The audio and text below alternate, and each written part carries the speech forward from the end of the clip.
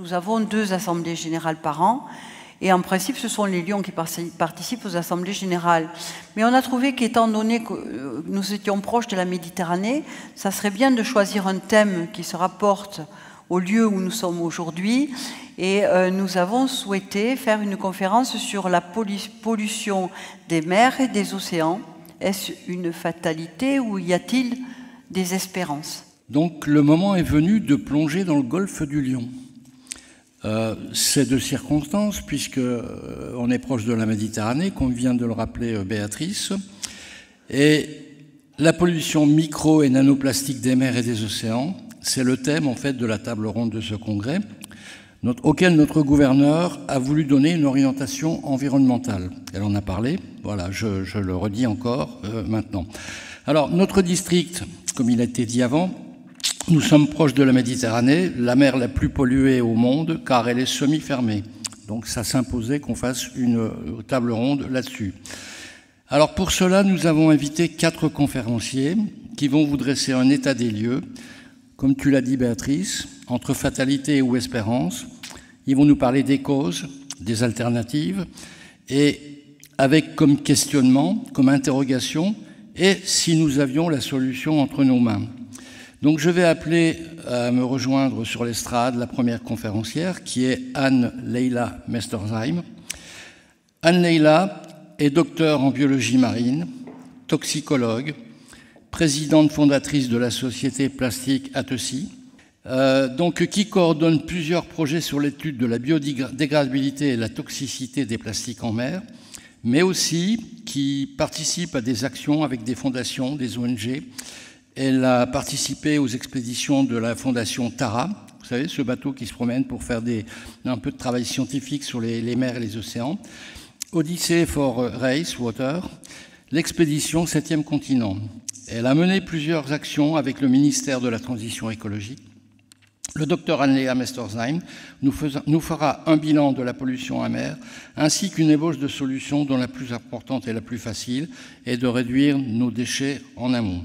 Sa société est hébergée à l'incubateur Arago et collabore avec le Centre océanographique de Bagnols-sur-Mer, l'Université Sorbonne, dont elle nous parlera dans sa présentation. Et aussi, ce n'est pas qu'une scientifique ou un PDG, elle vient d'être élue lauréate nationale de l'année des femmes chefs d'entreprise.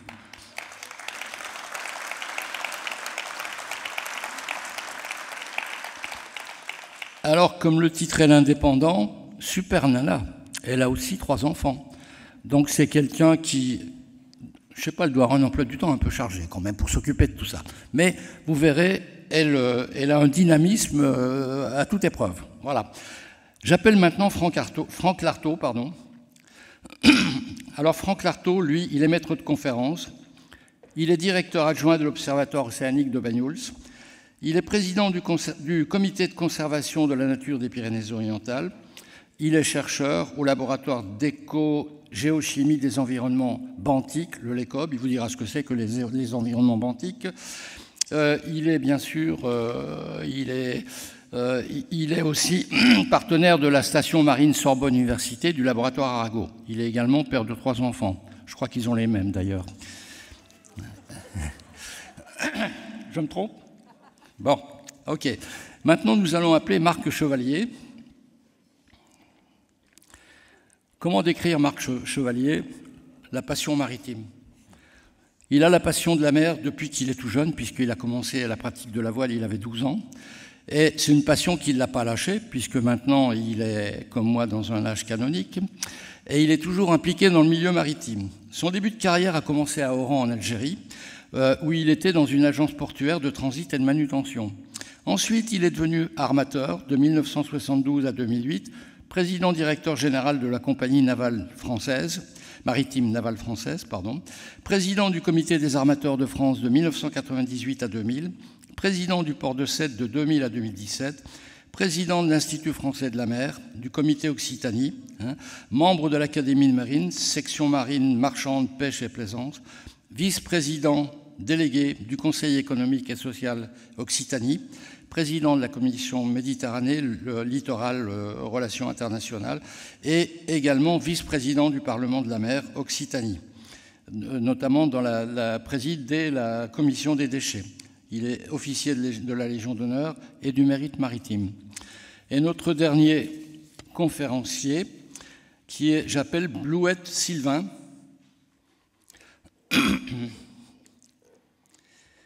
Alors, Sylvain est responsable scientifique pour l'aire marine protégée de la côte agatoise.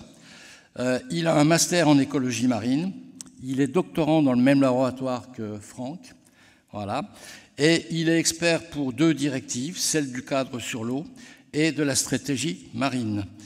Donc, Anne-Léla va commencer à nous présenter tout ce qu'elle peut nous dire sur la pollution des microplastiques et des macroplastiques.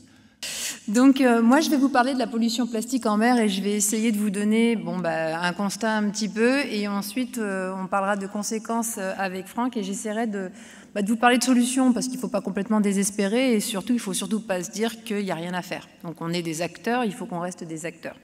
Alors, on va parler d'abord de l'état des lieux de cette pollution plastique marine, d'où elle vient et pourquoi est-ce qu'on en est arrivé là. Voilà, alors ça, c'est des images que vous avez commencé à voir apparaître un petit peu dans les médias. On a toujours l'impression que c'est quelque chose qui est très très loin. C'est pas si loin que ça. En mer Méditerranée, on a des endroits qui ressemblent un tout petit peu à ça. Et la grande question, c'est comment on a fait aujourd'hui pour en arriver là ? Pourquoi en si peu de temps, finalement, notre espace environnemental, donc que ce soit les fleuves, les rivières, les mers, est devenu extrêmement contaminé ? Alors, ça c'est la grande représentation de ce qui s'est passé.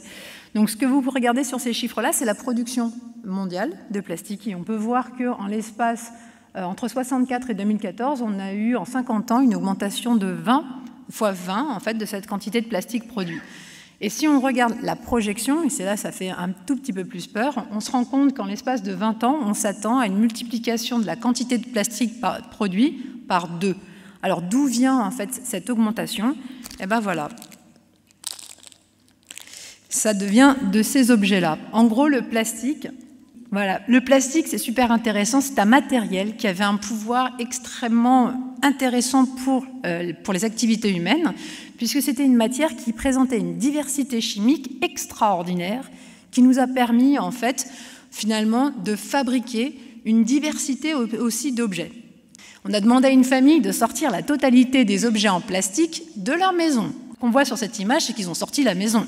Donc clairement, tous les objets sont devenus des objets en plastique parce que finalement, c'était un matériel qui était léger, qui était résistant et dont on pouvait faire une diversité d'objets. Donc c'était de l'or finalement qu'on avait dans les mains. Et là où on s'est trompé, c'est qu'on a commencé à utiliser cet objet-là pour en faire des objets à usage unique. Ça veut dire que des ingénieurs ont cherché pendant plus de 50 ans à développer des objets en plastique qui soient durables dans le temps, finalement, pour en faire des objets qui vont être utilisés pendant environ 30 secondes. 30 secondes, et le problème, c'est que cet objet est extrêmement durable. Ce plastique-là est extrêmement durable. Donc aujourd'hui, qu'est-ce qu'il devient, cet objet, ce déchet ? En fait, sur la quantité totale de produite, on a une certaine quantité qu'on va réussir à collecter correctement. Sur ces objets collectés, on va avoir finalement une disparité de leur finalité. Et malheureusement, ce que vous pouvez observer, c'est que seulement 31% aujourd'hui de ces objets sont recyclés parce qu'il faut connaître très exactement la composition des plastiques pour pouvoir le recycler. Or, chaque industriel cache un peu des fois l'information, donc du coup, on ne peut pas recycler. Le reste, c'est parfois mis en décharge et quand on peut, on valorise. Alors, c'est quoi valoriser ? Valoriser, ça veut dire parfois brûler. Donc c'est du CO2, qui retourne directement dans l'atmosphère. Et malheureusement, pour nous, c'est une perte de carbone qu'on aurait pu utiliser à faire autre chose. C'est surtout ça qui est intéressant. Alors, pourquoi c'est devenu un problème ? Parce que finalement, ça s'accumule, ça atterrit dans la poubelle, et vous avez tous vu ces images-là, sans arrêt, quand vous baladez, on voit tout le temps, en fait, ces choses-là, et on sait aujourd'hui que 10% de nos poubelles atterrissent directement en mer. Ça veut dire quoi ? Ça veut dire que même si vous faites bien votre boulot, que vous recyclez bien votre matériel, que c'est bien collecté, que tout va bien, malheureusement, on estime que 10% de ces déchets vont atterrir en mer parce qu'ils seront portés par le vent, parce que les poubelles souvent débordent, et donc du coup ça atterrit dans les rivières, dans les fleuves, et hop, le réceptacle final, finalement, c'est la mer. Et ça nous permet en fait directement de visualiser ces images que vous avez pu observer, des plages souillées, par des déchets plastiques. Il y a eu énormément d'émissions de télévision, de télé-réalité où on voyait ces plastiques qui étaient même utilisés par les naufragés qui étaient envoyés, pour ne pas donner de nom. Mais on sait aujourd'hui que cette pollution, elle a des effets extraordinaires et que finalement, en 2025, on estimait qu'il y avait à peu près autant de poissons que de déchets plastiques. On estime qu'il y avait un déchet plastique pour 3 poissons. En 2050, il y en aurait à peu près autant s'ils arrivent à y survivre. C'est-à-dire que c'est une estimation très, très la plus sympathique possible. Donc ça veut dire qu'il faudrait, nous, si on continuait en fait à utiliser les quantités qu'on a aujourd'hui, de réussir en fait à faire que l'océan y survive, ce qui n'est pas forcément le cas. Donc la suite de la présentation, justement, ça va être d'évoquer ce point-là et d'essayer de discuter avec vous des impacts en fait, que ces plastiques vont avoir sur ces organismes marins, des impacts court terme, mais du coup aussi des impacts long terme sur ces communautés. Et je vais donc céder la parole à Franck Lartaud qui va vous expliciter un peu mieux ça.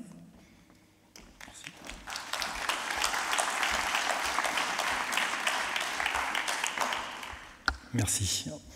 Bref intermède et je vous rends Leïla après, promis.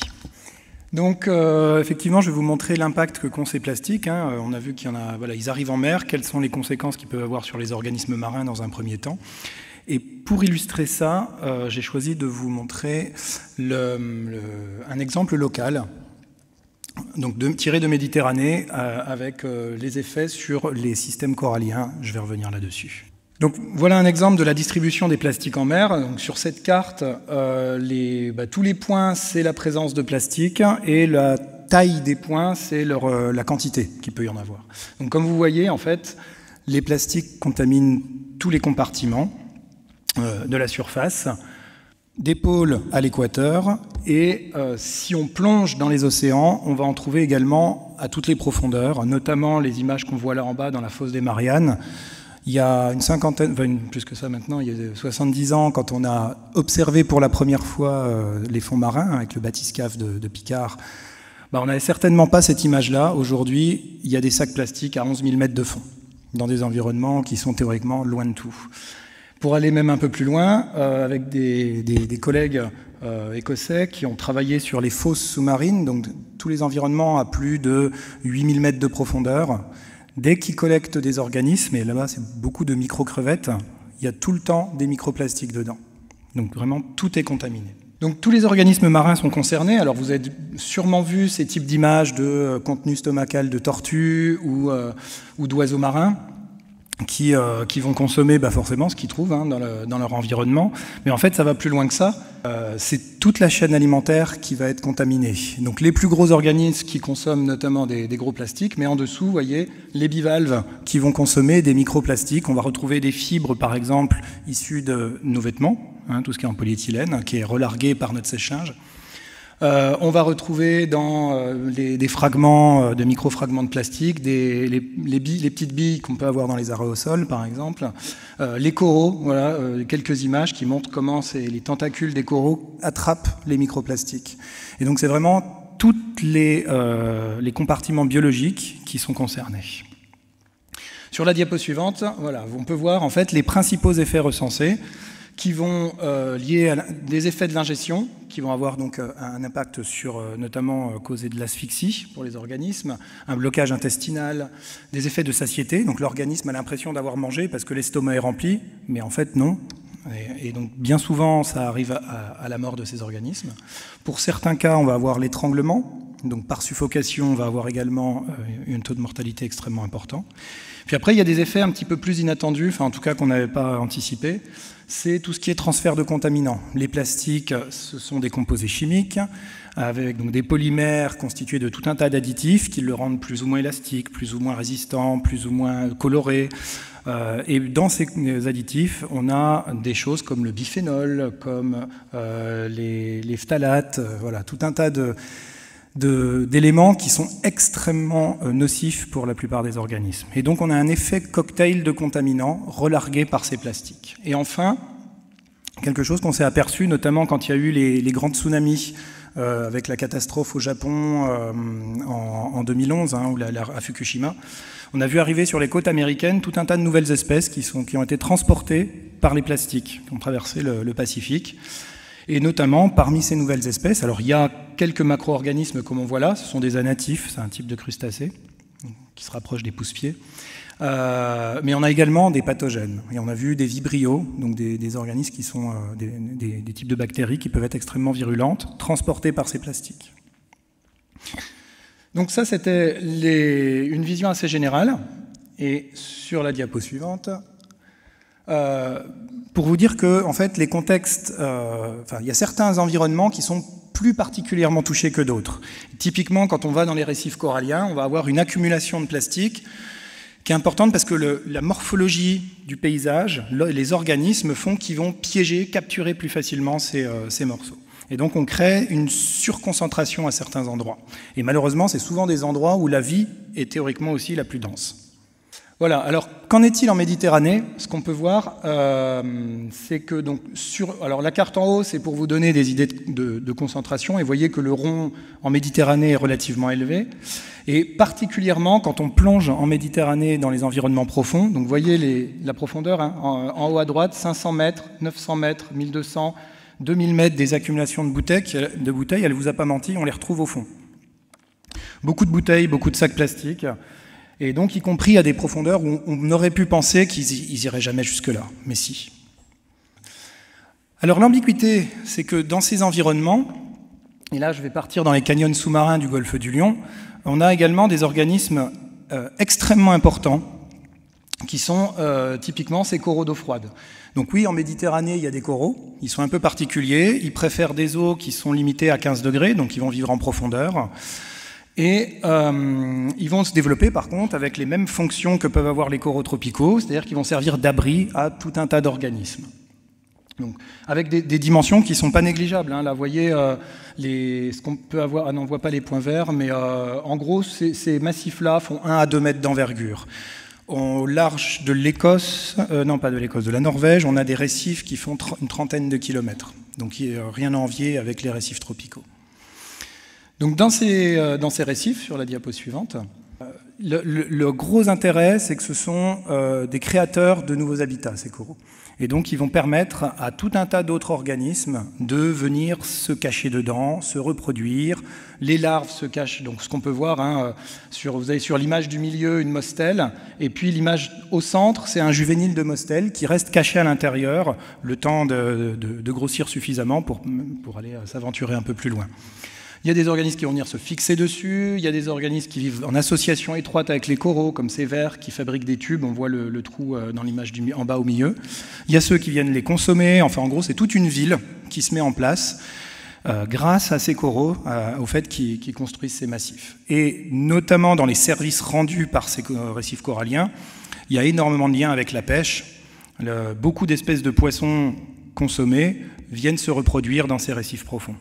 Et donc, quand on plonge et qu'on fait un état des lieux de ces canyons et de ces coraux présents dans ces canyons, donc là je vous donne un exemple qui est au large de Perpignan, dans un golfe, le canyon de la Casse du Thiers.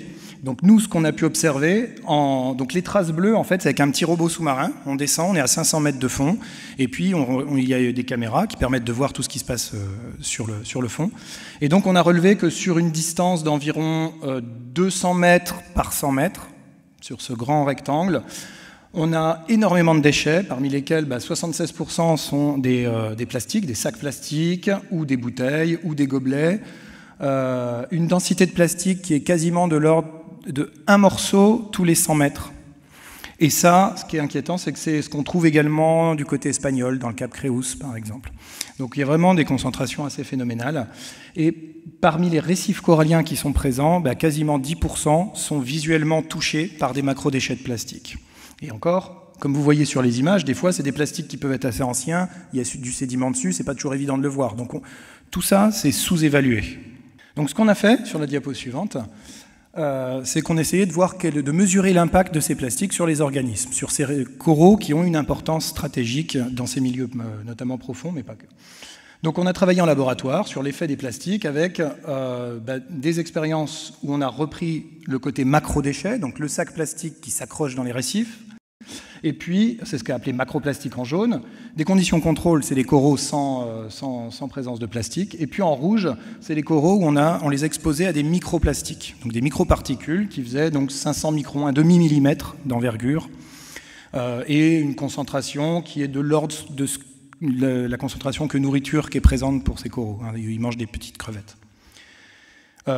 Et donc ce qu'on a pu mesurer sur la diapo suivante, c'est donc on étudie la croissance de ces organismes. Alors, je vais vous passer tous les détails de comment on fait pour mesurer la croissance, mais voilà, on a des outils avec des marquages chimiques qui permettent de vérifier de combien a poussé le corail quand il était en conditions expérimentales. Et les résultats, sur la diapo d'après, montrent voilà, qu'il y a tout le temps une réduction du taux de croissance des coraux qui sont exposés au plastique, que ce soit au macroplastique ou au microplastique. L'ordre de grandeur, c'est une réduction de 30 à 40% de croissance. Qu'est-ce que ça veut dire derrière? S'ils poussent moins vite, ils créent moins d'habitat, et donc ça laisse moins de possibilités à d'autres organismes de venir se cacher là-dedans. Et donc il y a tout un effet domino qui est entraîné par ça.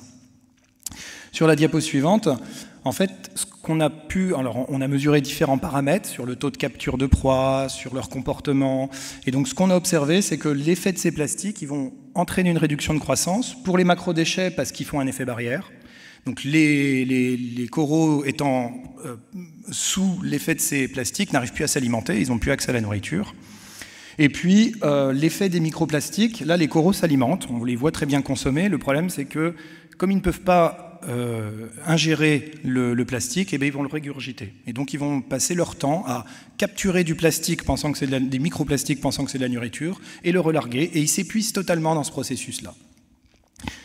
On a continué ces études-là sur la diapo suivante sur du un peu plus long terme, quand on travaille sur plusieurs mois d'affilée. Ce qui est intéressant d'observer, j'ai gardé les mêmes couleurs. Donc jaune, c'est macroplastique, bleu, c'est les conditions contrôle, et rouge, c'est les microplastiques. En fait, ce qu'on s'est aperçu après plusieurs mois, c'est que les coraux exposés à des gros sacs plastiques, finalement, arrivent à reprendre de la croissance avec une stratégie particulière. Ce qu'on voit sur l'image, sur le dessin, c'est un changement en fait, d'orientation de croissance. Là où il y a écrit cap, ça part vers la droite. En fait, le corail, ce qu'il fait, c'est que bloqué, il va décider de pousser avec une autre orientation et ça leur permet de nouveau passer outre la barrière de macrodéchets. Par contre, ce qu'on voit en rouge, c'est que ceux qui sont avec des microplastiques, leur taux de croissance, plus ça va et plus il est réduit. Et donc là, clairement, il y a un effet qui est beaucoup plus important des micros que des macroplastiques, ce qui n'était pas forcément attendu au départ, ce qui n'est pas forcément réjouissant non plus, parce que gérer la recollecte de microplastiques, il va falloir y aller quand même. Autre point, quand on teste sur différentes espèces, on s'aperçoit qu'il n'y a pas forcément les mêmes réponses. Il y a d'autres espèces coralliennes qui ne sont absolument pas impactées par ces plastiques, ou en tout cas les conditions expérimentales dans lesquelles on a fait cette étude. Donc ça laisse aussi présager qu'il y a des espèces qui sont plus sensibles que d'autres. Sur la diapo suivante, donc on a un effet qui est sur la croissance, sur la physiologie de l'organisme, mais en fait ça va plus loin si on s'intéresse à toutes les composantes de l'animal, et notamment l'équivalent de notre flore bactérienne, donc les bactéries associées à l'organisme, qui sont à l'intérieur de lui, qui sont extrêmement importantes, hein, on le sait aujourd'hui en médecine, notre bonne dynamique bactérienne, c'est ce qui assure notre bonne santé. Et on voit que les coraux exposés au plastique ont un changement de communauté bactérienne. Voilà, tous ces effets font que ces coraux sont soumis à tout un tas de stress. Alors j'ai mis les coraux, mais en fait on pourrait mettre tous les organismes, parce qu'on a commencé de tester sur d'autres espèces et on voit un peu les mêmes genres de choses. Il y a des stress biologiques, chimiques, physiques, mécaniques qui sont impactés par ces plastiques. Et un autre point qui n'est pas négligeable sur la diapo suivante, c'est que certaines espèces sont plus sensibles que d'autres. Ça veut dire qu'on risque de se diriger vers des changements de paysage sous-marin. Aujourd'hui, quand on plonge dans les canyons sous-marins, ce qui domine, c'est les gros coraux, l'Ophelia pertusa, c'est ceux qui fabriquent des gros récifs. Et dans ces récifs, il y a énormément d'espèces qui viennent se cacher. Ceux-là, c'est les plus sensibles à la pollution. A contrario, d'autres espèces qui sont un peu plus résistantes risquent de prendre le pas. Par contre, il n'y aura pas autant d'espèces associées. Et là, je fais un parallèle avec ce qu'on connaît aujourd'hui. Vous avez tous entendu parler des effets du réchauffement climatique sur les coraux tropicaux, le blanchissement corallien. Et on a observé, depuis une dizaine d'années, que les coraux branchus, ceux qui forment des très jolis habitats quand on est en Nouvelle-Calédonie, en Polynésie, ont tendance à être beaucoup plus sensibles que les coraux massifs en boule.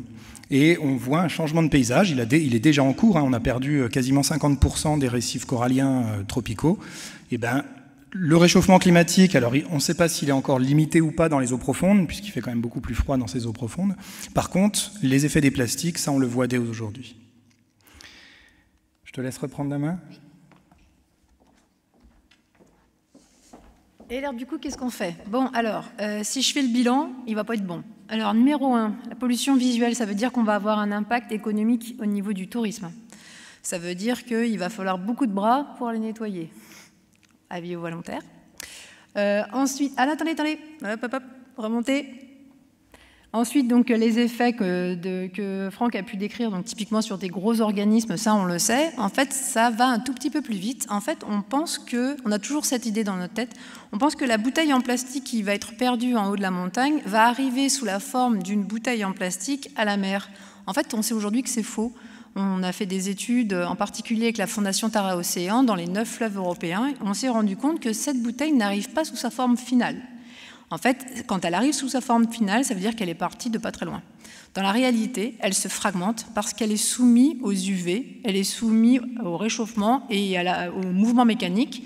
Et en fait, ces mouvements mécaniques cassent la structure. En fait, quand je fais ça,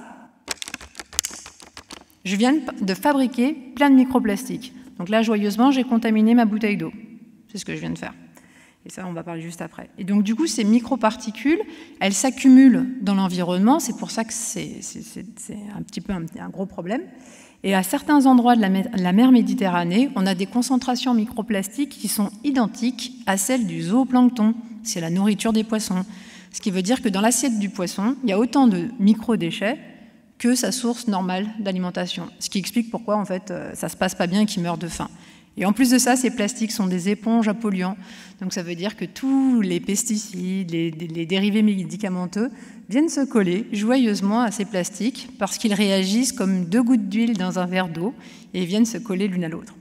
Donc ok, on sait que ça ne va pas, que ça ne se passe pas bien, on est au courant. Ok. Et maintenant, quels sont les effets ? Alors si aujourd'hui je regarde les espèces qui sont soumises à l'économie de la pêche, sur 114 espèces sur 114 espèces analysées qui contenaient en fait des déchets plastiques, la moitié était liée à notre consommation. Ça veut dire que nous mangeons des espèces qui sont contaminées, et on le sait. On a retrouvé jusqu'à 7 microparticules de déchets dans des crevettes, une seule crevette. Dans une portion de moule, jusqu'à 300 particules, microparticules à l'intérieur pour juste une personne. Dans le sel marin, bon bah ça c'est bon, on s'y attendait. Et dans ma bouteille d'eau, eh ben en fait c'est ça. Ce bruit-là, terrible, fait que je viens de polluer finalement une eau que je considérais comme étant propre. Et on arrive jusqu'à 10 particules par an. Alors est-ce que ça veut dire que demain il ne faut plus manger des produits de la mer? Je vais vous dire que malheureusement on a aussi testé des produits de la terre. Et quand on regarde des steaks hachés bio emballés par en dessous avec du polystyrène et par au-dessus avec du polyéthylène, ce transfert-là que je viens de faire existe aussi. Du coup, mon steak haché est quasiment autant contaminé que ma portion de moule. Bon, moi je préfère les moules. Mais donc du coup ça veut dire que cette contamination elle est partout. Alors qu'est-ce qu'on fait? Voilà, ça c'est ce que nous subissons. En gros, la question, c'est si je mange du plastique. Alors, si je mange un chewing-gum, c'est grave ou non, pas trop. Ok, si j'en mange 200, est-ce que là, ça devient un problème ou pas? Aujourd'hui, la réponse est on ne sait pas. On ne sait pas. La communauté scientifique n'a aucune idée exacte des effets que ça peut avoir sur notre santé. Ces plastiques contiennent des perturbateurs endocriniens, donc les phtalates et les bisphénols A. Donc, on sait que ça a des effets sur les enfants, malheureusement, actuellement. On sait aussi, pour une étude qui a été faite récemment, on a retrouvé en fait dans des excréments humains, donc il y avait 8 volontaires qui ont bien voulu participer pendant une semaine et systématiquement ils étaient tous contaminés. Donc ça pareil, c'est pas une bonne nouvelle. Et récemment, on a même trouvé ces microparticules de plastique dans le placenta humain. Alors vous pouvez vous dire, c'est pas grave si c'est à l'extérieur. Non, c'était des deux côtés. Donc ça veut dire qu'il y a même un transfert entre la mère et son enfant. Donc qu'est-ce qu'on fait? Et alors, est-ce que c'est trop tard? Quels sont les effets pour nous? Et l'effet du masque que vous respirez en permanence? Bon, Toutes ces questions-là, pour l'instant, on les a. Les réponses, par contre, c'est un peu plus compliqué. On est très en retard, en fait, pour essayer de comprendre ça. Donc, comment on fait? Comment on change? Parce que c'est bien de dire qu'il y a un problème. Maintenant, il faut être actif. Voilà les solutions qui ont été apportées récemment. Donc, ce sont des propositions très intéressantes, hein, d'aller nettoyer la mer. Donc par The Ocean Cleanup, le projet Manta, Plastic Odyssey. Donc ce sont tous des bateaux qui ont eu l'envie de communiquer sur cette pollution plastique et surtout de mettre en avant des méthodes pour aller nettoyer la mer. Alors, Boyenslat a proposé récemment, donc il est parti en 2018, hein, c'était un jeune néerlandais qui est parti, il avait 22 ans, en se disant « Allez, hop, on va prendre un barrage et on va aller faire le tour de ce 7e continent de plastique, puis je vais tout regrouper. » Et puis je vais repartir avec, ce sera pas mal. Sauf qu'en fait, ce qu'on appelle le 7e continent de plastique, c'est en fait une sorte un gros agglomérat qui flotte entre 3 mètres et 50 mètres de fond. Donc à la surface, c'est des microplastiques, quoi. Et donc il s'est dit, lui, d'ici 2050, on aura réussi à éliminer la pollution plastique des océans. Donc on a calculé, parce que les scientifiques, ils aiment bien faire ça. Donc, diapo suivante, on a calculé ce qui serait capable, au vu de la taille de son barrage, en partant du principe que ça coulait pas mais que ça flottait, on a calculé ce qui serait capable de ramener entre 2018 et 2022, date de son retour. C'est le petit point vert, là. Et on a calculé aussi, au vu des connaissances actuelles sur la pollution plastique en mer, donc on sait que 80% des déchets trouvés en mer viennent de la Terre. On est arrivé à des estimations de 8 millions de tonnes par an, ce qui correspond à peu près à un camion benne toutes les minutes. Donc, on en parlait juste avant, la taille du camion. Bon, il faut changer les chiffres. Mais vous avez la représentation de ce qui arrive pendant que Boyenslat est en train de nettoyer. Donc là, on se regarde et on se dit, ouais, au vu des moyens déployés pour aller nettoyer la mer, c'est clair, la solution n'est pas en mer. La solution est à terre. Toute la communauté scientifique est résolue. On pense tous que c'est trop tard. On ira la nettoyer après. Pour l'instant, on arrête l'hémorragie. Et l'hémorragie, c'est ce qui vient de la terre vers la mer. Donc, ok, allons-y. Solution. Alors la solution, je ne sais pas si vous savez, mais en fait, la nature ne produit pas de déchets. C'est nous qui l'avons inventé.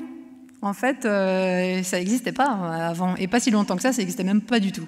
Donc l'idée, c'est d'essayer de suivre ce process. En gros, quand il y avait une molécule de carbone, c'était utilisé par un autre, qui était encore utilisé par un autre. En gros, l'histoire, c'était manger ou être mangé. L'idée, c'est de faire un truc un peu pareil. Donc de se dire que quand je vais fabriquer un objet, je vais déjà penser à ma source. Et puis ensuite, je vais me dire, cet objet, combien de temps il va être utilisé, donc combien de temps dans les mains du consommateur, et ensuite, quelle va être sa fin de vie. Et à quel moment, finalement, cet objet peut avoir une deuxième vie. Donc, diapo suivant. J'aime bien le clic. Bon.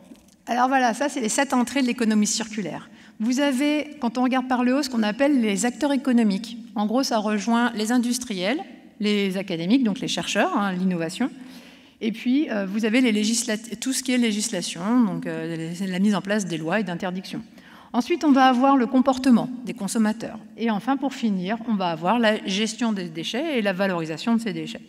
Une étude qui est sortie il y a quelques temps, donc, qui est sortie dans Science en janvier 2022, a prouvé que si on était capable aujourd'hui d'agir de manière exactement équivalente sur ces 3 domaines, on réduirait la pollution plastique de 78% sans rien faire de plus. Juste en agissant et en faisant ensemble que tout le monde converge vers la même idée. Alors, c'est pas gagné. Hein. Bon. Donc, dans ces acteurs économiques, voilà, c'est là où moi j'interviens, parce que j'aide ces acteurs économiques à fournir ce que j'appelle des solutions. C'est-à-dire de ne surtout pas se dire qu'on est défaitiste, on va essayer de trouver des alternatives. L'alternative, c'est le recyclage. L'alternative, c'est aussi les plastiques biodégradables, en particulier pour l'alimentation, parce qu'il y a toujours ce transfert qui existe. Donc ce recyclage aujourd'hui, même s'il est plus ou moins efficace, 70% des déchets qu'on avait obtenus est parti en Asie.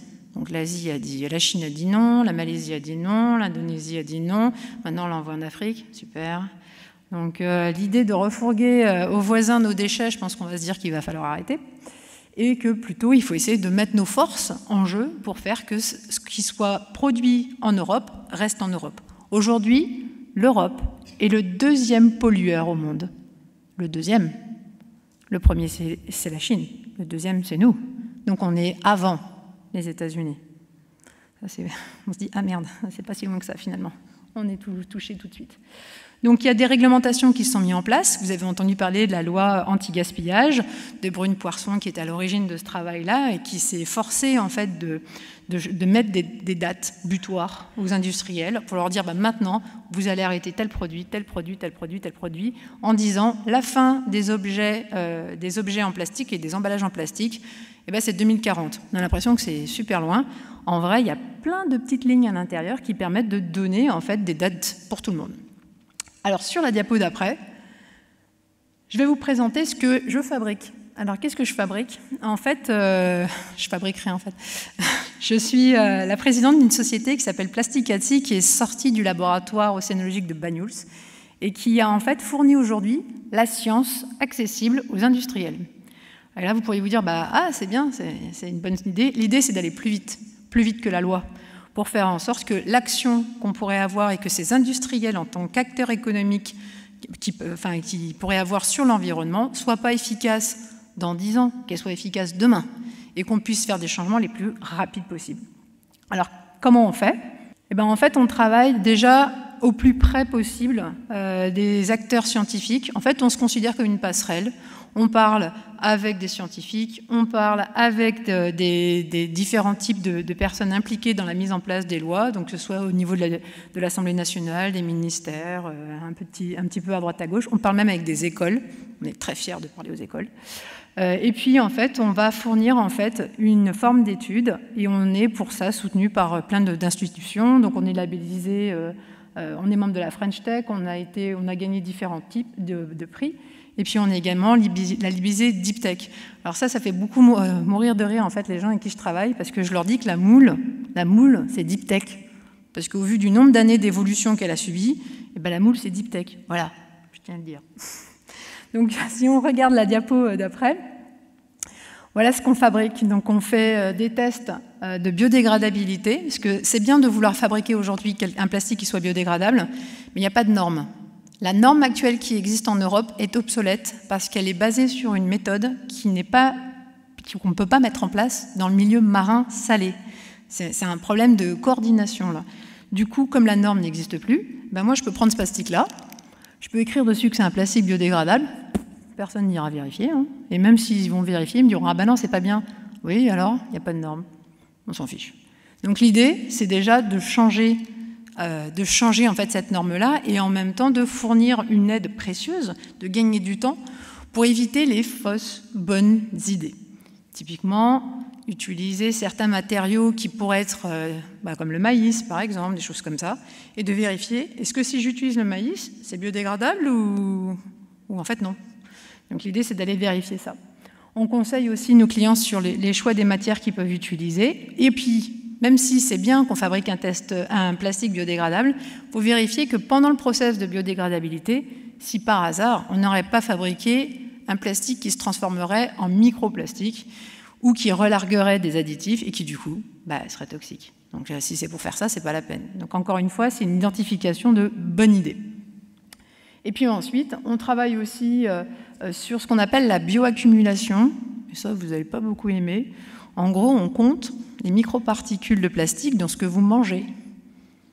Bon, on les a trouvées partout, mais pas avec les mêmes chiffres. On travaille pour qui? Alors, on travaille pour des producteurs de plastique, hein, ça semblait assez évident.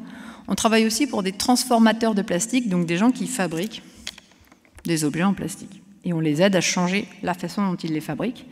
Et on travaille aussi avec des exploitants des produits de la mer, parce qu'ils sont touchés, eux, directement par cette pollution. Donc on essaie de les aider à trouver des solutions. Et également pour l'ADEME, l'Agence de l'eau, donc plutôt des instituts qui peuvent suivre cette pollution directement dans les rivières, les fleuves et en mer. Avec l'idée forcément de mettre en place des actions qui permettraient demain d'agir et d'agir au bon endroit, pas une fois que c'est trop tard. Donc, comment on teste la biodégradabilité? Est-ce qu'un plastique est vraiment biodégradable en mer? Donc, un plastique, c'est biodégradable. Je veux dire, même celui-là, il est biodégradable. Hein, Celui-là, je le mets en mer, il y a des bactéries qui vont venir se coller dessus, elles vont l'attaquer, tout ça, ça va mettre 400 ans. Mais c'est biodégradable quand même, hein. C'est juste une question de timing. Donc nous, on considère que biodégradable à 400 ans ou 100 ans, c'est mort. Donc on va dire que c'est pas biodégradable. Si on continue, voilà comment on le suit aujourd'hui. On a de la microscopie, donc on développe plein d'outils techniques, scientifiques qui permettent d'essayer de comprendre finalement mon plat de spaghetti qui va être coupé en tout petits bouts, ensuite qui va être utilisé par ma bactérie pour grandir, se multiplier, et qui ensuite va juste respirer. Et voilà, je viens de biodégrader mon plastique. Donc on va suivre exactement tous ces paramètres-là de manière la plus adaptée possible pour être sûr que quand on mesure un plastique biodégradable, dans un temps donné, c'est-à-dire en semaines, voire en mois, donc je ne suis plus en siècle, hein, je suis vraiment en quelque chose qui est comptable par mois, et bien que ça marche et que tous les voyants sont au vert. Et dans la foulée, je vais juste vérifier si ce plastique qui a été biodégradable, est-ce qu'il est devenu toxique potentiellement. Donc sur la diapo suivante, ce que vous voyez là, c'est les résultats de ce qui a été obtenu pour les microbilles en plastique qui étaient utilisés dans les cosmétiques. Ils étaient utilisés comme exfoliants dans des cosmétiques à usage rincé. Alors qu'est-ce que je suis en train de raconter? Je raconte que dans vos dentifrices, dans vos crèmes, dans plein de choses que vous utilisiez, eh bien en fait il y avait des microbilles de plastique. C'est pour ça qu'il ne faut pas avaler le dentifrice. Alors il faut le dire aux enfants parce qu'il y en a plein qui ne le savent pas. Et en fait, l'idée du ministère de l'écologie et de la transition solidaire, c'était pour aider les industriels à faire leur transition plastique, donc de les empêcher d'utiliser ces plastiques-là qui sont conventionnels, non biodégradables, de leur proposer des alternatives. Et c'est ce qu'on a fait. On a testé en fait des produits qui étaient sur le marché. Alors vous voyez que ça ajoutait même du riz, de l'abricot. Et puis vous avez en bas ici mon amidon de maïs qui était également représenté. Et j'avais également des plastiques qui étaient faits à partir de bactéries. Donc on leur donne des épluchures de patates, des épluchures de courgettes. On les met dans un grand cylindre et je fais comme si je voulais faire de la bière. Et à partir de ça, je fabrique un plastique 100% biodégradable et recyclable. Donc si vous ne savez pas où investir, il faut le mettre là-bas. Ah oui, ça marche super. Et par contre, dans ma liste, j'avais aussi des plastiques qui étaient d'origine pétrochimique, mais absolument pas biodégradables. Et j'en avais un qui l'était. Ce qui veut dire qu'on avait quand même dans les mains des matériaux qui étaient biodégradables. Donc ça, c'est super intéressant, parce que ça veut dire que ce soit avec des plastiques d'origine pétrochimique ou avec des plastiques d'origine végétale ou animale, on dit biosourcé, bien finalement, on était capable de faire des plastiques biodégradables réellement. Et dans la foulée, en fait, c'est ce qu'on fait aujourd'hui. On travaille avec un groupe on travaille avec différents chercheurs au niveau académique et industriel pour faire en sorte que cette norme voit le jour et que demain, le consommateur fasse un choix éclairé. C'est-à-dire qu'il ait un label ou quelque chose qui lui dise ça, c'est biodégradable 100% en mer et pas compostable à terre en chauffant à 70 degrés. Parce qu'aujourd'hui, malheureusement, c'est ça. Compostable à 70 degrés, dans votre compost, c'est possible, mais s'il faut attendre que la mer monte à 70 degrés, on s'en sortira jamais. Hein. Donc c'est clair qu'il faut avancer. Sur la diapo suivante, du coup, je vous présente aussi l'étape d'après, j'ai envie de dire. Donc biodégradable, c'est bien, mais pas toxique, ce serait mieux. Eh bien, en fait, on regarde les microparticules d'un côté, les polymères de l'autre, et on va regarder. C'est toxique, c'est pas toxique, en combien de temps ça le devient? Est-ce que pendant le processus de biodégradabilité, j'ai augmenté, j'ai diminué? Voilà, qu'est-ce que c'est? On regarde ça pour des plastiques biodégradables, mais aussi pour des plastiques recyclables. Parce qu'un plastique recyclable, c'est un plastique qui a eu plusieurs vies, et peut-être que la matière a changé, et qui finalement est devenue toxique. Si c'est un plastique qui a été récupéré dans l'environnement, donc en mer ou dans un fleuve, est-ce que si je recycle cet objet-là, j'ai fabriqué un objet recyclé toxique? Et ça, en ce moment, c'est un vrai sujet de débat, parce qu'il faut le vérifier, on est obligé de passer par là. Donc sur la diapo suivante, vous avez la représentation des niveaux de tests qui sont mis en place. Et en fait, on travaille à toutes les échelles, de la bactérie jusqu'à des organismes qui sont en fait des bivalves. Et on monte jusqu'au moule. Et du coup, en fait, typiquement, on a participé aux travaux aussi sur les coraux avec une seule idée, c'est de dire, OK, si mon plastique atterrit en mer, quel est son effet aujourd'hui, dans 2 semaines, dans 6 mois, dans 3 ans? Et c'est quoi l'effet vraiment de cet objet-là? Est-ce que c'est un risque, finalement, environnemental potentiel? Et sur la diapo d'après, On teste avec l'ADEME ce que vous mangez. Donc eux, en fait, l'idée, c'est pas forcément de s'intéresser aux moules qui se retrouvent dans vos assiettes, mais plutôt aux produits qui pourraient être accumulés par ces organismes-là, et si on pourrait utiliser finalement la moule pour tracer l'environnement, pour donner un état de la qualité environnementale. Alors pourquoi je parle de ça? C'est parce qu'aujourd'hui, pour mesurer la pollution plastique en mer, on utilise des filets à plancton qui sont à 300 micromètres et qui sont capables de descendre à 25 micromètres, c'est un petit microplastique. Tout ce qui est en dessous, les microplastiques et les nanoplastiques, aujourd'hui, les mesurer, c'est extrêmement compliqué. Donc il y a des méthodes qui sont en train d'être mises en œuvre qui permettent d'aller sur ces mesures-là, dans l'eau, dans du solide, dans un organisme, mais c'est extrêmement dur de les concentrer pour les mesurer. Et la moule, qui est un objet deep tech, je le rappelle, est un organisme capable de filtrer 25 litres d'eau par jour. Donc en fait, elle nettoie l'eau, quoi. Elle nettoie l'eau, elle accumule ce qui se situe entre tout ce qui est plus petit que 25 micromètres. Donc ça veut dire qu'elle est en train de mesurer, en fait, elle est en train d'absorber des petits microplastiques et des nanomicroplastiques. Ce qui veut dire que si on l'utilisait pour suivre la qualité environnementale, bah finalement, ça nous permettrait de boucler la boucle et d'avoir une idée très exacte de combien de microplastiques se situent en dessous de Genève, au niveau de Lyon, au niveau de Valence, arrivant en mer. Et là, on a un cycle parfait et ça nous permet finalement de mettre en place des mesures de gestion qui soient adaptées. Parce que l'idée de mettre un filtre à café à la sortie du Rhône, ça ne marchera pas, hein. On va filtrer les poissons, on va filtrer les zooplanctons, tout ça, mais on n'arrivera pas à enlever les microplastiques de la mer, c'est pas possible. Par contre, enlever ça c'est possible, ça se remplace. Ça. Alors on dira là, le verre, mais ouais, c'est un vieux truc ça. Ah ouais, c'est un vieux truc ça. Et en fait, on va revenir à des idées de consignes, des idées simples hein, qu'on avait tous il n'y a pas si longtemps que ça. Et l'idée, c'est un petit retour en arrière sur certaines pratiques d'environ, 15 ans. Facile. Donc c'est faisable. Il faut juste passer le pas.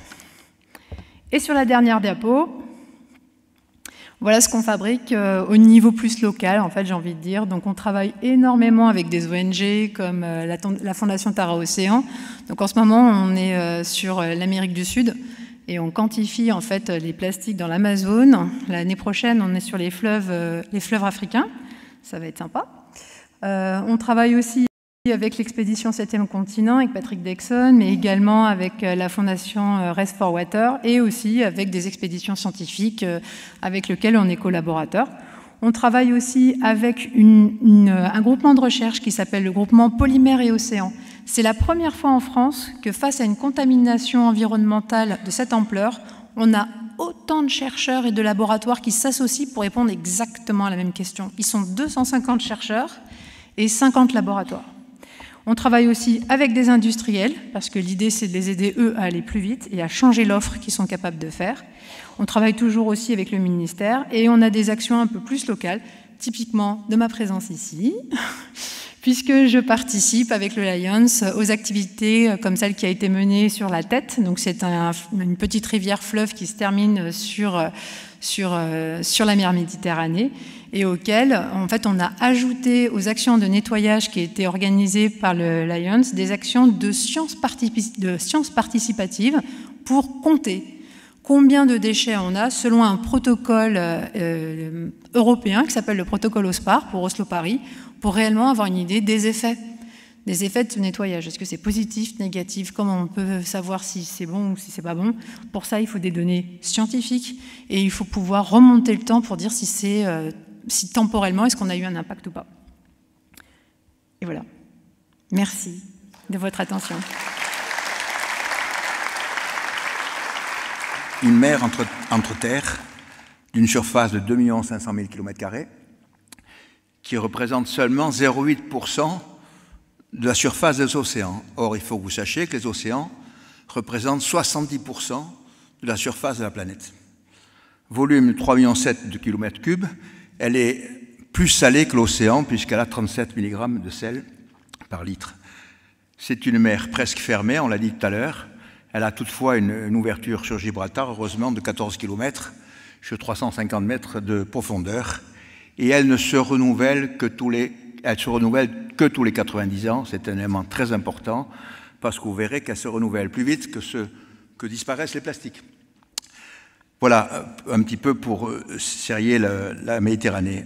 Il y a 22 pays riverains, 530 millions d'habitants à ce jour, dont plus de 160 sont installés sur les côtes. 84% sur les pays de la rive sud et 16% chez nous sur la rive nord. On y parle 11 langues et 20 dialectes. Et ça, c'est très important parce que vous allez voir que la vie de la Méditerranée et son avenir dépend de ces populations qui sont très importantes et qui ont augmenté en 30 ans de 30 millions d'habitants au sud et de 10 millions au nord. C'est dire qu'on a pris 40 millions d'habitants en 30 ans entre nos pays rive nord et rive sud. On a par ailleurs des préoccupations socio-économiques complètement différentes entre nos pays industrialisés et ces pays émergents qui sont au sud. Et vous verrez tout à l'heure que c'est un problème parce que quand on va parler des opérations plastiques et de la pollution, eh bien on a des règles qui sont très différentes, on a des préoccupations très différentes et des questions techniques beaucoup plus évoluées d'un côté que de l'autre. Alors la Méditerranée, comme les océans, c'est vraiment très important de savoir qu'elle nous donne 50% de notre oxygène, écoutez bien. Elle absorbe 30% des gaz à effet de serre et 90% de la chaleur générée par nos activités.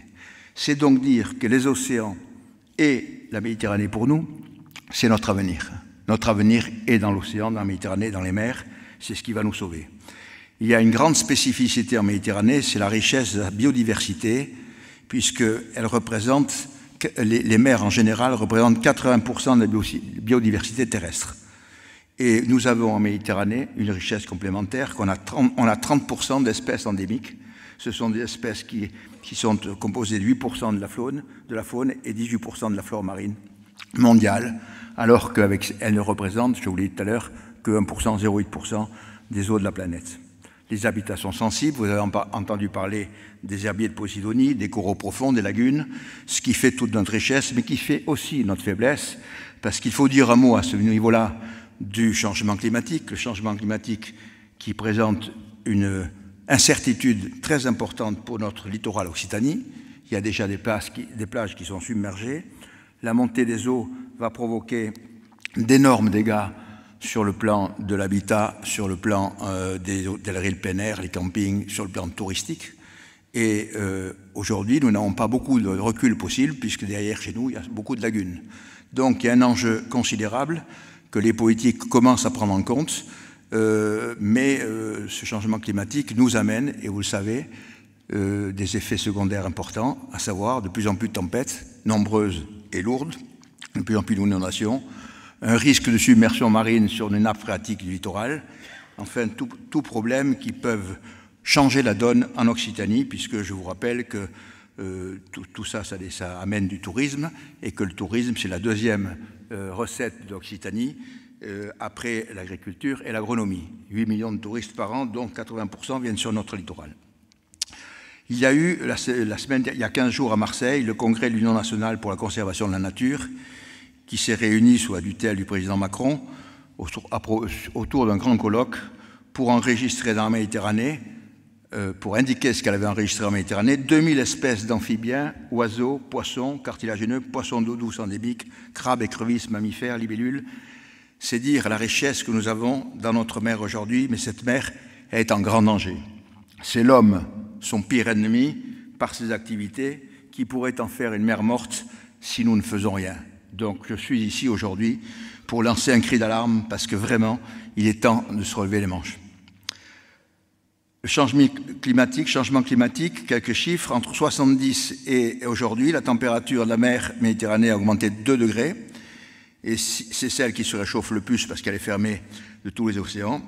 Et le dernier rapport du GIEC, vous savez, le GIEC, c'est le groupe international de chercheurs, qui est apparu dernièrement, projette 4 degrés à la fin du siècle, ce qui veut dire que la mer pourrait monter de 1 mètre si on les écoute. Aujourd'hui, l'élévation est de 13 cm.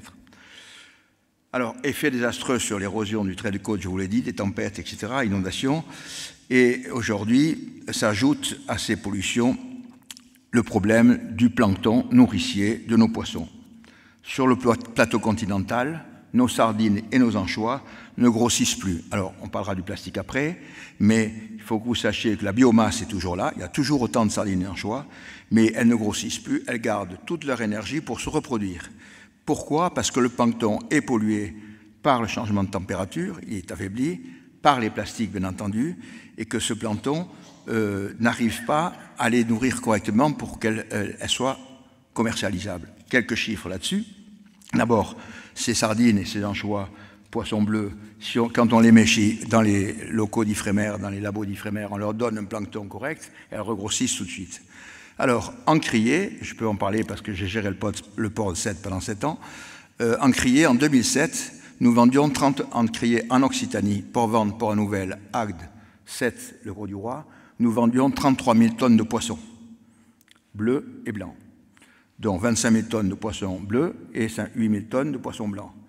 Il y avait une flotte de 80 chalutiers, aujourd'hui elle est réduite à 50 chalutiers.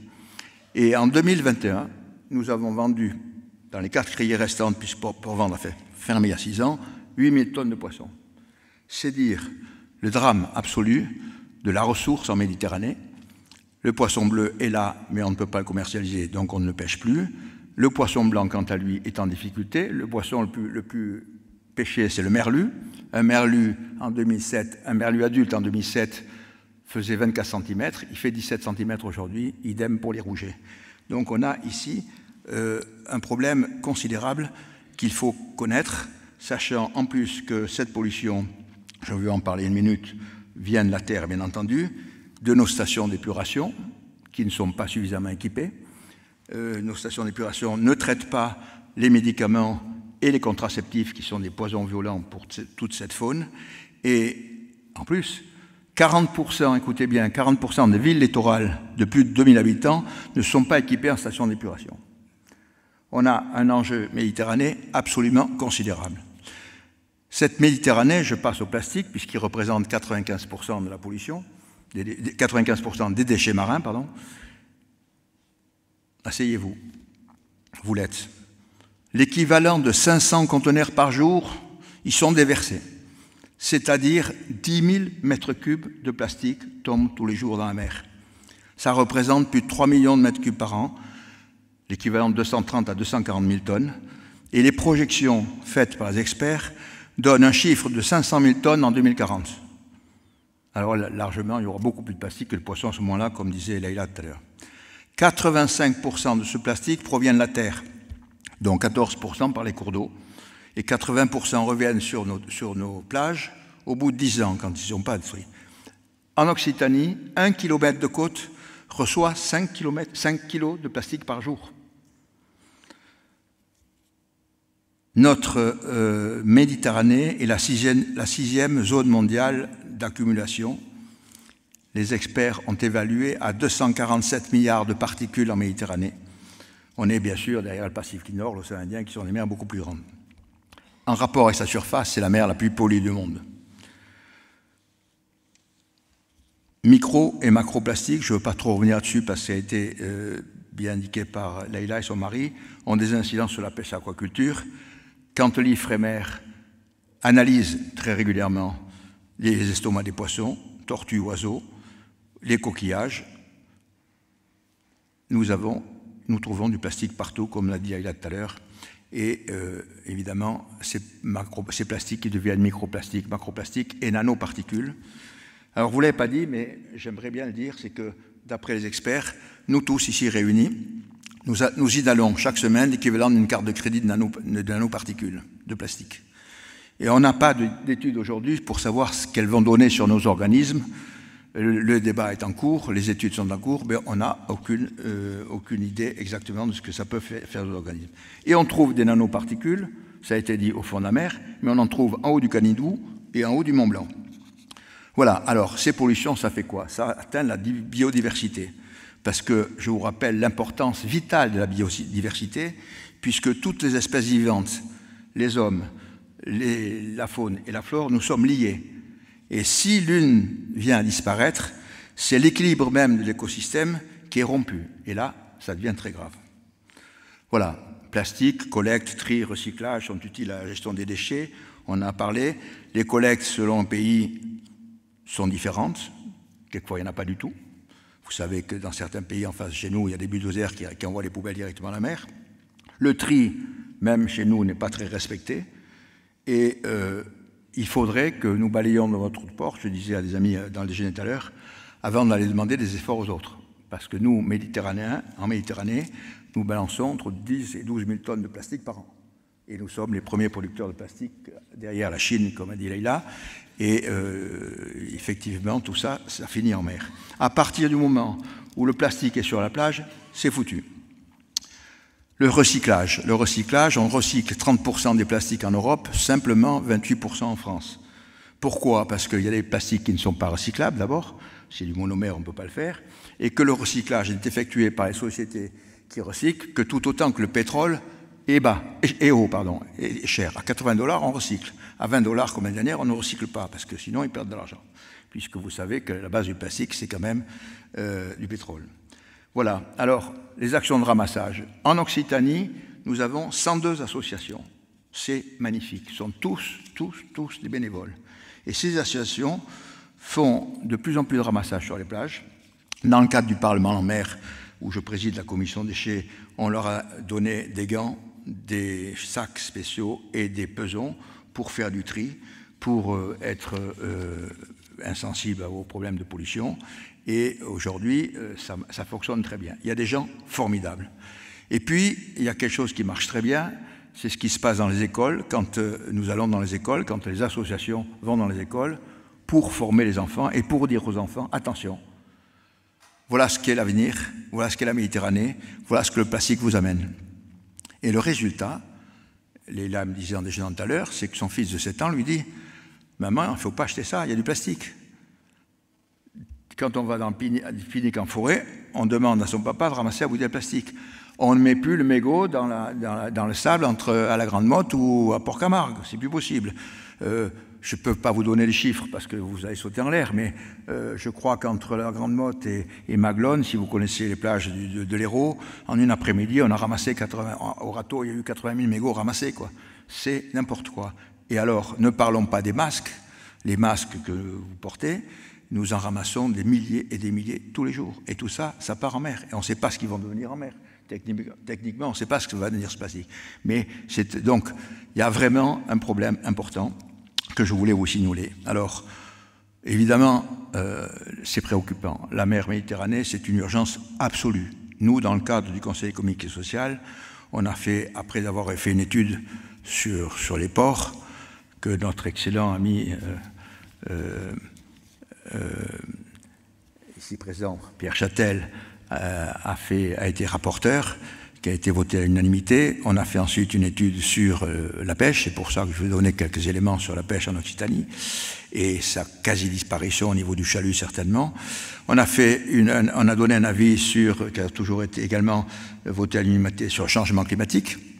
On a donné un avis sur le plastique, sur la pollution de la Méditerranée, et aujourd'hui on travaille sur l'économie bleue. L'économie bleue, c'est tout ce qui est sujet maritime, le maritime étant le grand débat du XXIe siècle, parce que tout le monde dit que le XXIe siècle sera maritime, compte tenu de tous les enjeux que vous connaissez, qu'ils soient nourriciers, qu'ils soient techniques, qu'ils soient politiques, et qu'ils soient dans les questions stratégiques. Et donc là, nous avons un sujet qui est très important, et pour ce faire, on a auditionné 30 personnalités, des scientifiques, des biologistes, des organismes de recherche, des pêcheurs, des associations, des ONG, responsables régionaux, entreprises, pour établir un avis sur ce problème plastique. Alors, pollution plastique en Méditerranée, un état des lieux et un certain nombre de préconisations. Mais au-delà des préconisations dont je vais vous parler, la principale, il faut qu'on arrive à communiquer, à témoigner pour accentuer une prise de conscience qui se perçoit. Parce qu'il y a une prise de conscience. Aujourd'hui, à la télévision, à la radio, dans les journaux et dans les discussions, on parle de plastique. Et c'est là un point positif qui doit nous rendre optimistes. Alors, dans notre avis, dans nos préconisations, on a décidé d'organiser en octobre 2022, sous la présidence de Mme Delga qui est la présidente de l'Eurorégion. L'Eurorégion, c'est une association entre les conseils économiques et sociaux de Catalogne, des Baléares et d'Occitanie. On a déjà travaillé depuis 1 an avec eux, on les reçoit au mois de novembre. Et on va essaimer pour organiser un colloque international à Montpellier en octobre 2022 des 22 pays riverains pour faire un bilan de la situation générale, pour savoir quelles sont les différentes lois qui gèrent ces pays, et on va s'apercevoir qu'il n'y a pas grand-chose sur la pollution plastique, mais c'est quand même important de savoir comment ils traitent, quels sont leurs moyens techniques, quels sont leurs moyens scientifiques, où ils en sont, pour essayer de faire un cahier des charges et de faire évoluer les choses avec une prise de conscience. Si nous ne faisons pas ça, l'avenir de notre Mare Nostrum, notre bien commun, parce que la mer c'est notre bien commun, est quand même extrêmement en danger. Alors, cette conférence sera ouverte bien sûr à tous ces pays. On est en train de réfléchir si ce seront des politiques ou plutôt des maires des grandes villes qui seront là. On va essayer d'en grouper un maximum et nous aurons des travaux très importants, je pense. Alors ensuite, évidemment, on a demandé à la région de soutenir ces associations dont je vous parlais, de soutenir l'éducation des enfants. Et on va tous ensemble essayer de se battre pour sauver cette mer, notre bien commun. Il est encore temps, c'est notre responsabilité de chacun, c'est notre devoir citoyen. Alors, relevez vos manches, pensez-y, notre avenir est dans vos mains. Merci. Moi, je voulais vous dire que je suis un peu le local de l'étape, hein, donc je travaille ici sur le territoire de la ville d'Agde, sur l'aire marine protégée de la côte agatoise. On est bien sûr sur ce territoire impacté par les différents types de pollution qui ont pu être présentés juste avant moi. Et qu'est-ce qu'on fait finalement sur ce territoire? Donc il faut savoir déjà que la ville s'est dotée depuis 2012 d'une direction de gestion du milieu marin. Donc on est une équipe aujourd'hui de 8 agents permanents qui travaillons sur un territoire de 6150 hectares et sur lequel nous avons bien sûr des actions, et ces actions visent bien sûr à réduire les polluants et les pollutions sur cette zone. Alors, qu'est-ce qu'on fait concrètement? Je vais aller au concret. Sur le terrain, on travaille régulièrement sur le ramassage bien sûr de ces déchets en plongée, parce que nous sommes une équipe de plongeurs, donc nous allons ramasser les déchets sur les sites. Alors, on n'est globalement pas trop impacté par les macro-déchets sur le territoire d'Agde. La configuration de la côte fait qu'on n'est pas une baie, on est plutôt un cap, on est au cap d'Agde, donc on a plutôt une courantologie qui fait qu'on n'a pas une forte accumulation des déchets dans ce secteur-là. Les gens qui peuvent se baigner ou plonger verront peu de déchets sur ce secteur. Je ne dis pas qu'il n'y en a pas, mais il y en a quand même. Donc ça, c'est les actions sur le terrain concrètement par l'équipe. Ensuite, nous travaillons beaucoup avec les pêcheurs, parce que les pêcheurs nous ramènent beaucoup de déchets. Et ces déchets, notamment les déchets des chalutiers, on a pu voir les images de Franck, ces déchets sont ramenés par les chalutiers. Et donc, depuis l'année dernière, nous leur mettons à disposition des bacs dans lesquels ils viennent jeter leurs déchets qu'ils ont ramenés de leur chalut. Et on travaille avec une ONG qui s'appelle EcoAlf, qui est une ONG espagnole et qui fait le recyclage de ces filets, recyclage de ces déchets marins pour derrière de la réutilisation, notamment dans du prêt-à-porter ou dans d'autres types d'objets. Mais on ne s'arrête pas là non plus, on travaille également à terre avec du ramassage sur les plages. Donc là, c'est la coordination avec différents types d'associations qui travaillent avec nous pour le ramassage des déchets à terre. Alors, c'est vrai que les déchets, on pourra en parler peut-être dans la table ronde, mais généralement sont beaucoup traités par les ONG. On l'a vu, on a beaucoup d'ONG qui œuvrent en faveur du ramassage des déchets. Et je pense que c'est une problématique aujourd'hui qui devrait être bien plus portée par nos collectivités et par l'État, parce qu'on voit que cette problématique-là, elle a besoin que tout le monde s'y mette et qu'on ne peut pas la confier simplement à des associations. Et donc ça, c'est aujourd'hui, on a besoin qu'on ait un portage un peu plus large pour travailler sur les déchets. Mais on va également voir les scolaires, on travaille beaucoup avec les scolaires. Et là, avec les scolaires, bien sûr, c'est l'éducation des jeunes à l'impact de ces déchets sur le milieu marin, parce que l'hémorragie, on la stoppe à terre, mais on la stoppera aussi avec les générations futures. Si elles sont sensibilisées à ça, c'est elles qui, aujourd'hui, nous donneront le chemin. Et je pense que vous avez peut-être des enfants ou des petits-enfants qui sont aujourd'hui assez sensibilisés aux déchets.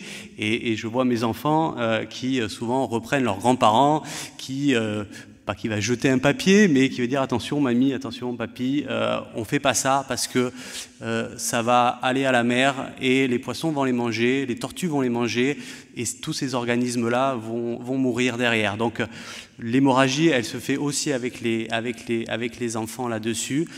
Mais bien sûr que c'est, comme l'a précisé juste avant Monsieur Chevalier, c'est un combat collectif qu'on doit mener là-dessus. Des solutions, il y en a. Elles ont été présentées avant. Je pense on peut faire sans aujourd'hui. On peut faire mieux avec moins. Déjà aussi, il va falloir moins consommer. Mais ce qu'on consomme, on va pouvoir essayer de le consommer mieux. Voilà. Je reviendrai peut-être. Il y aura peut-être des questions après sur d'autres types d'actions à table ronde. Et je vous remercie pour m'avoir écouté.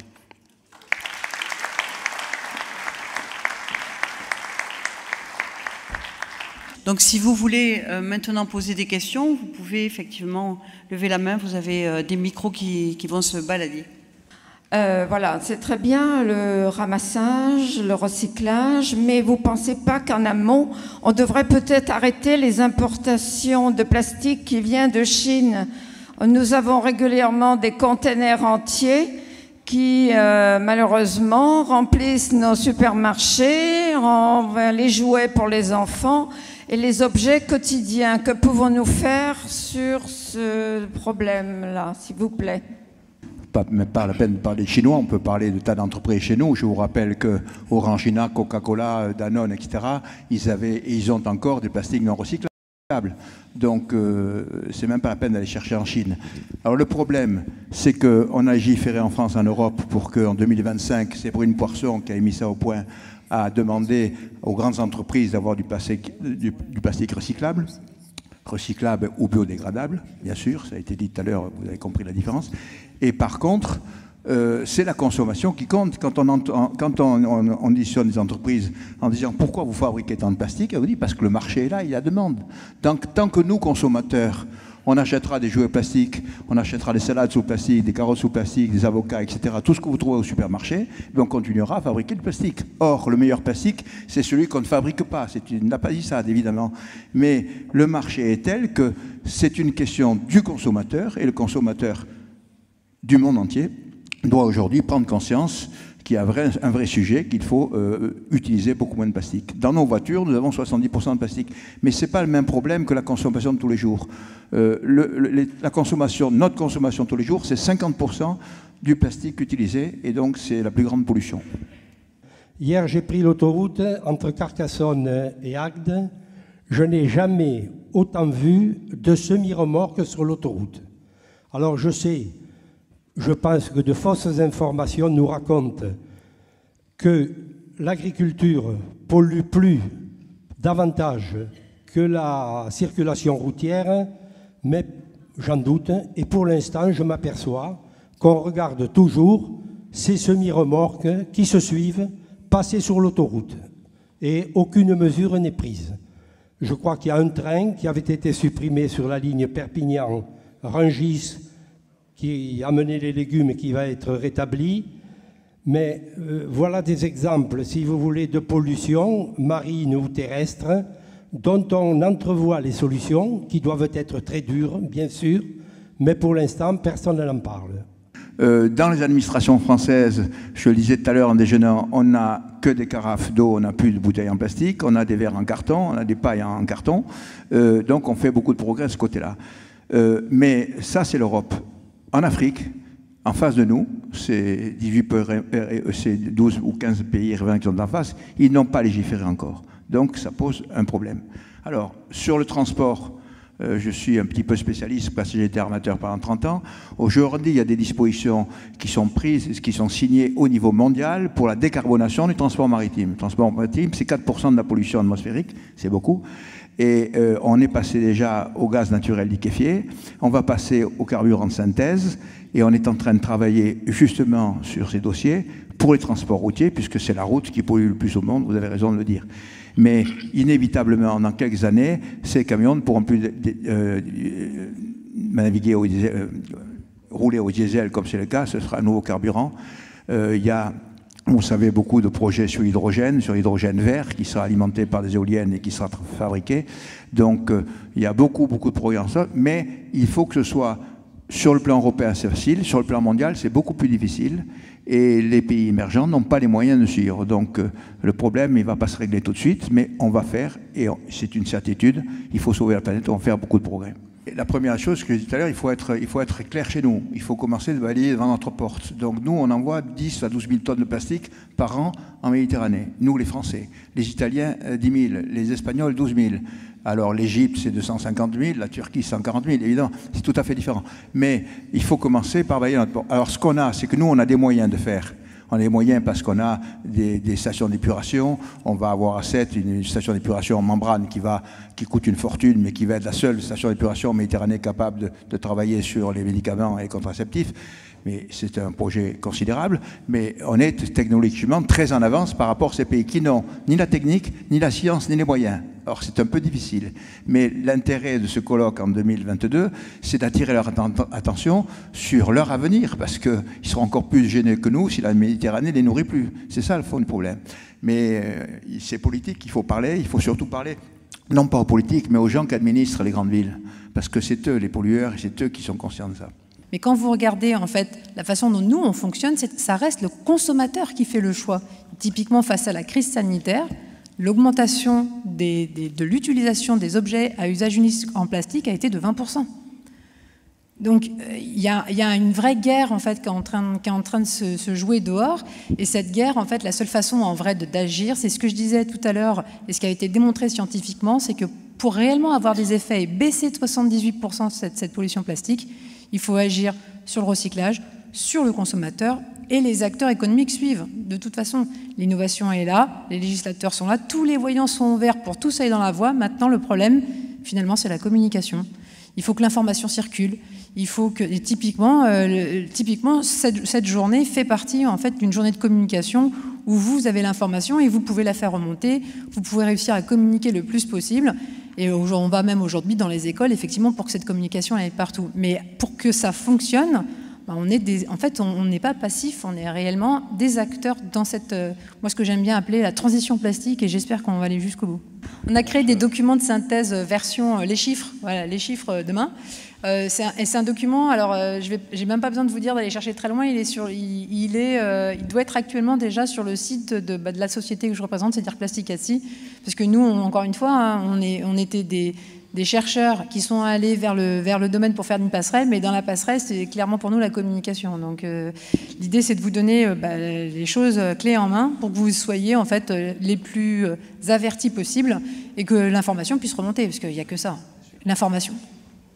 Juste un point, tout à l'heure ça a été évoqué, effectivement, qu'est-ce qu'on fait pour lutter contre la pollution plastique? Il y a quand même un exemple, je pense, qui est significatif, coton-tige. Alors en fait aujourd'hui vous avez plus de coton-tige en plastique conventionnel qu'on retrouvait nous sur les plages. C'était parmi les objets qu'on retrouvait le plus avec les bâtons de sucette, des choses un petit peu comme ça. En fait ils ont été transformés parce qu'une loi a été mise en place en France en janvier 2020, qui est un arrêté ministériel d'interdiction des plastiques conventionnels pour les cotons-tiges en particulier. Aujourd'hui, vos cotons-tiges, les industriels, ils n'ont pas le choix. Ils sont soit en cellulose, soit en bois, soit en PHBV. En fait, c'est le plastique qui était fabriqué par cette bactérie qui est super. Enfin, c'est ce qu'on appelle les plastiques du futur de 3e génération, qui sont réellement attaqués en étant record par les bactéries plus vite que d'une feuille de papier. C'est pour dire. Et je crois que vous êtes en partie responsable de cette modification. Oui, donc on a participé, moi et le laboratoire LOMIC, qui est le laboratoire d'océanographie microbienne de Bagnols-sur-Mer, justement, à aider en fait le ministère en leur donnant des outils scientifiques de valeur, en fait, des chiffres qui permettent en fait de dire si on a des alternatives aujourd'hui présentes sur le marché, lesquelles on peut réellement mettre en place. Donc demain, les gobelets, les couverts, enfin, tout le reste. Moi je dis qu'il y en a plein, ils ont déjà eu... En fait, il y a déjà plein de plastiques où la première étape, c'est un choix que vous pouvez faire. Je vais devenir désagréable. Voilà. Donc c'est un choix que vous pouvez faire. Et regardez, moi j'ai fait ça, c'est joli aussi, c'est bien, c'est sympa. Et finalement, c'est encore vous qui choisirez à faire en sorte que le plastique, le mieux, c'est celui qui n'existe pas parfois. Et donc la réduction, ça reste quand même la base, finalement.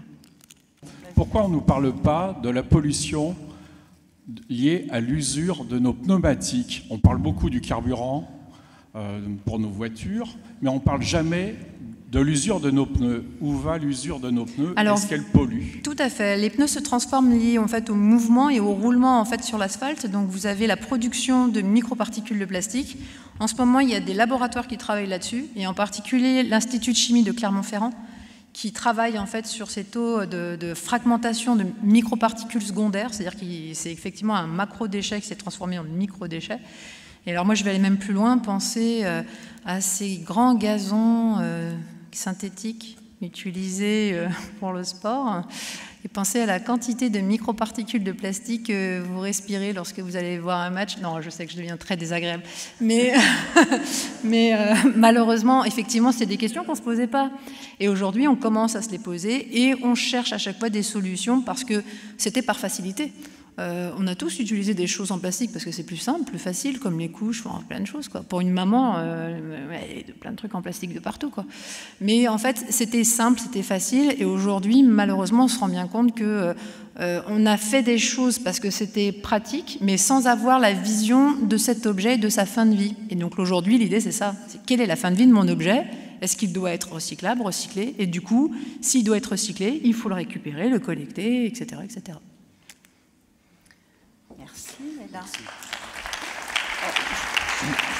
Bon, le fait que le Lions Club s'implique au niveau de l'environnement, moi ça me fait plaisir, et puis je vais continuer effectivement à développer d'autres thèmes. Je ne vais pas en parler aujourd'hui parce qu'on a déjà suffisamment parlé. Je voulais remercier nos interlocuteurs, donc Anne-Leila, Franck, Marc et Sylvain, de la qualité de leur travail, et surtout, compte tenu de l'importance du sujet, d'être resté à peu près dans le timing que nous avions fixé. Voilà.